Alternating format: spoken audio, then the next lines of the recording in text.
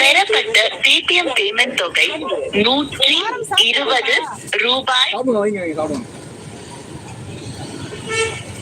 ஆந்திரா மாதிரி இருக்குமா அது ஜாஸ்தியா இருக்கு. ஆந்திரா காரமா கொஞ்சமா இருக்கேன். வைங்க பரவாயில்ல. செம்ம காரமா இருக்கு. ஆந்திரா டைப்பா? வைங்க. போதுமா இன்னும் வைக்கலாம். வைங்க.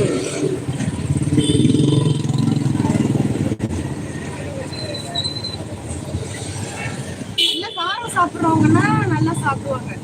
ஏன்னா இங்க ஆந்திராங்கிறவங்க நிறைய பேர் வருவாங்க.